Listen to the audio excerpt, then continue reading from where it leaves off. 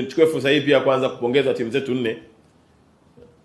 Sizipongezi kwa sababu zimetolewa, lakini nazipongeza kwa sababu zimefanya kazi ya kuweka alama ya taifa letu.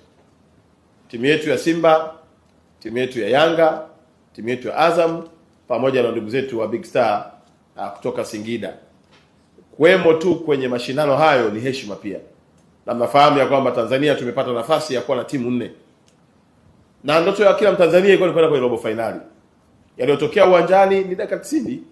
Hatuwezi kuamua tofauti, lakini mimi nawapongeza kuanzia uongozi wao, uongozi wa Simba, uongozi wa Yanga, uongozi wa Azam pamoja na Singida Big Star kwa kazi kubwa nzuri walioifanya ya kufika hatua ya kupeperusha bendera na kufanya mataifa yaje kwenye nchi yetu kuja kucheza na wao, kwa sababu wasingeingia tusingepata hata hizo pesa ambazo ndugu zetu wenye hoteli, migahawa, watu wa chakula wameweza kuzipata.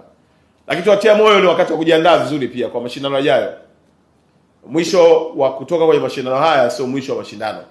Malaki wameusoma mchezo, wameelewa mbinu, kwa ni wakati mzuri wa kujipanga kuhakikisha kwamba mashindano yajayo basi twende mpaka nusu finali, tusitoke mapema kama ambavyo imetukuta hivi jana. Mshukuru kocha wetu. Kocha amefanya kazi kubwa. Na kama itakumbuka kwamba alipewa timu yetu ya taifa ndani ya muda mfupi na alionyesha uwezo wa kuunganisha vijana na kuunganisha vipaji na hatimaye kuandika historia taifa letu kuingia kwenye 16 bora tangu uanzishwaji wa mashindano haya ya mpira wa miguu Afrika. Kwa tunampongeza, lakini pia tunampongeza kwa kuaminiwa na taifa letu chini ya Daktari Samia Suluhu Hassan, Rais wa Jamhuri ya Muungano wa Tanzania, ya kwamba sasa aishike timu yetu ya taifa kwa miaka miwili ili kujenga uwezo wa vijana wetu na kuiweka bendera yetu ya taifa si tu kwenye mlima Kilimanjaro bali kwenye bara la Afrika, na dunia ikitazama ione Tanzania ikimeji kama giant wa football wa Afrika. Kwa kocha na mambo matatu tu. Moja, serikali imewekeza fedha kama ambavyo imewekeza kwenye miundombinu, kama ambavyo imeendelea kuwekeza kwenye timu yetu, lakini pia imeamua kuwekeza pia kwenye taaluma. Maana yake Daktari Samia Suluhu Hassan kwa mapenzi yake ya dhati na kwa mchezaji namba moja anayetambua ya kwamba vijana wengi wa taifa letu ndoto yao si tu kuchezea hapa, ni kuvuka mipaka ya taifa letu. Katoa hizi fedha na analipa yeye mwenyewe kocha, ikiwa ni sehemu ya kuongeza tija na ufanisi wa vijana wetu katika mechi zinazokuja za AFCON. Matarajio ya Daktari Samia ni kuhakikisha kwamba timu hii inakuwa bora kuliko ilivyokuwa na inapanda viwango, si tu viwango vya CAF bali vya FIFA pia. Kwa hiyo Gamondi anayo kazi kubwa ya kufanya. Na maelekezo ya Daktari Samia alionipatia ni kwamba mwambie Mwalimu Gamondi kama kuna kijana wa Kitanzania yuko kokote duniani amlete hapa alipigania taifa lake ili kombe 2025-27 libaki hapa Tanzania.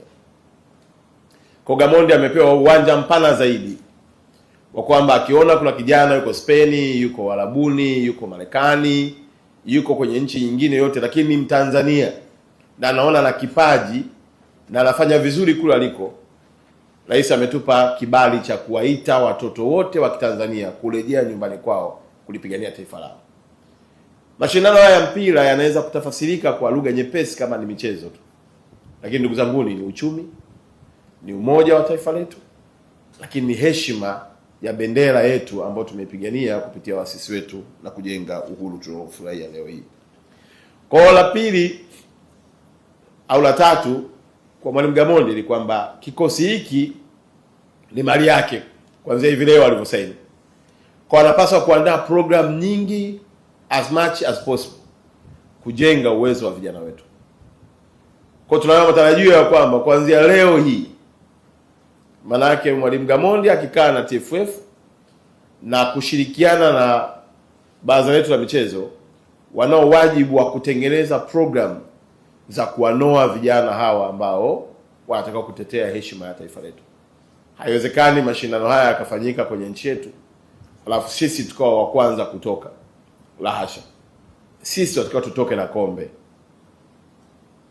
Na hiyo inawezekana tukimtanguliza Mungu, tukaweka jitihada zetu na kila mmoja akaunganisha utaaluma wake na ujanja wake, basi tunaweza kuvuka na kuishangaza dunia. Msemo wangu nawaambia tu, Mungu tuliyekuwa naye Morocco akatufanya tukaingia kwenye 16 bora hajabadilika. Bado ni yule na yuko hapa hapa Tanzania, na atatusaidia kwa mapenzi ya mema ambayo rais wetu anayoonyesha kwa mchezo wetu, itatuvusha na kutufikisha kwenye hatua kubwa. Msajili wa michezo, nilitaka mkamilishe taratibu za Simba.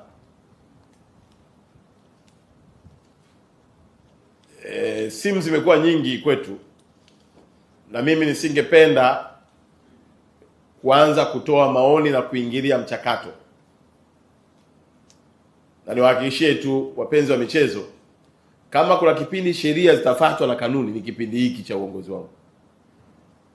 Na msajili kwa mujibu wa taratibu anapokamilisha awajulishe wahusika waendelee. Singependa kama waziri kila mara kuanza kutolea ufafanuzi jambo hili, katiba yao imekuwa hivi, wamefikia hatua hii. Hapana, kwa sababu ni jambo la kitaratibu, kanuni zipo, sheria zipo. Kwa hiyo ni kuhakikisha kwamba mnakamilisha haraka kwa mujibu wa taratibu, kanuni na sheria, tekeleza. Ile gari ikiitwa ST maana yake taratibu, sheria na kanuni. Kamilisha, na ikiwezekana kabla ya mwezi huu wape majibu wana Simba, waendelee na utaratibu wao. Sababu tukianza kuonana hapa tafikia hatua lazima, unajua mheshimiwa waziri alielekeza hivi, unaanza kuingizwa kwenye mambo ambayo hata sio kwako.